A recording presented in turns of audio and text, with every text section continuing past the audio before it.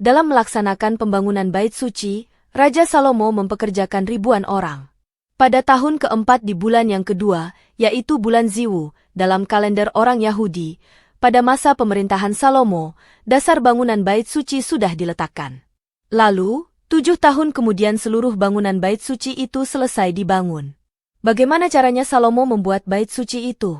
Mari, kita dengarkan ceritanya. Bait Suci, yaitu rumah yang didirikan Raja Salomo bagi Tuhan, panjangnya 60 hasta dengan lebar 20 hasta, dan tinggi 30 hasta.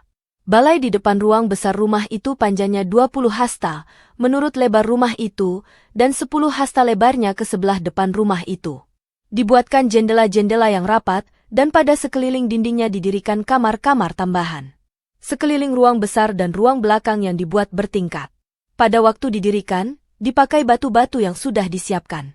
Langit-langit rumah itu dibuat dari kayu aras, kayu berkualitas karena teksturnya halus, tahan di berbagai musim, namun memiliki sifat yang kuat dan awet, tidak mudah rusak, bertahan puluhan tahun serta mempunyai aroma yang wangi, sehingga tidak dimakan rayap. Salomo melapisi rumah itu dari dalam dengan papan kayu aras. Sedangkan lantainya dilapisi dengan papan kayu sanobar yaitu sejenis pinus, kayu yang kuat dan wangi. Kemudian disekat 20 hasta bagian belakang rumah itu dengan kayu aras menjadi ruang belakang, menjadi tempat maha kudus. Dan 40 hasta panjangnya, ruang yang di depan ruang belakang itu, yakni ruang besar. Kayu aras sebelah dalam rumah itu berukirkan buah labu dan bunga mengembang, semuanya ditutupi kayu aras sehingga tidak ada batu yang kelihatan. Di sebelah dalam ruang belakang, di sanalah ditaruh tabut perjanjian Tuhan.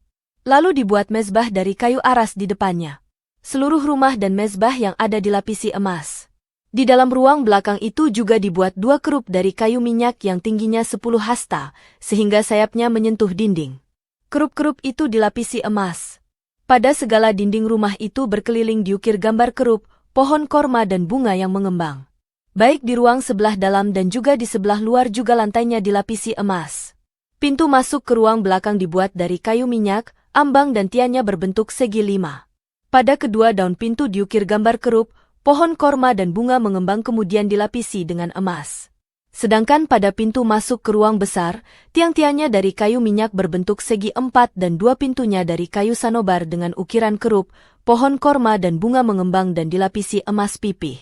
Salomo juga mendirikan tembok pelataran dalam dari 3 jajar batu pahat dan 1 jajar balok dari kayu aras. Selesailah rumah Tuhan itu dengan segala bagian-bagiannya dan sesuai dengan rancangan. Jadi, 7 tahun lamanya Salomo mendirikan rumah Tuhan itu, yang disebut Bait Suci atau Bait Allah. Tentu luar biasa indah dan megah Bait Suci yang dibuat oleh Salomo. Bahkan, ternyata memakan waktu yang panjang untuk menyelesaikannya. Tapi, Salomo dan umat Israel mengerjakannya dengan tekun. Sebab, di Bait Suci atau Bait Allah itu tempat Tuhan tinggal di tengah-tengah orang Israel. Bina Anak Pelajaran 37. Judul, Megahnya Bait Suci.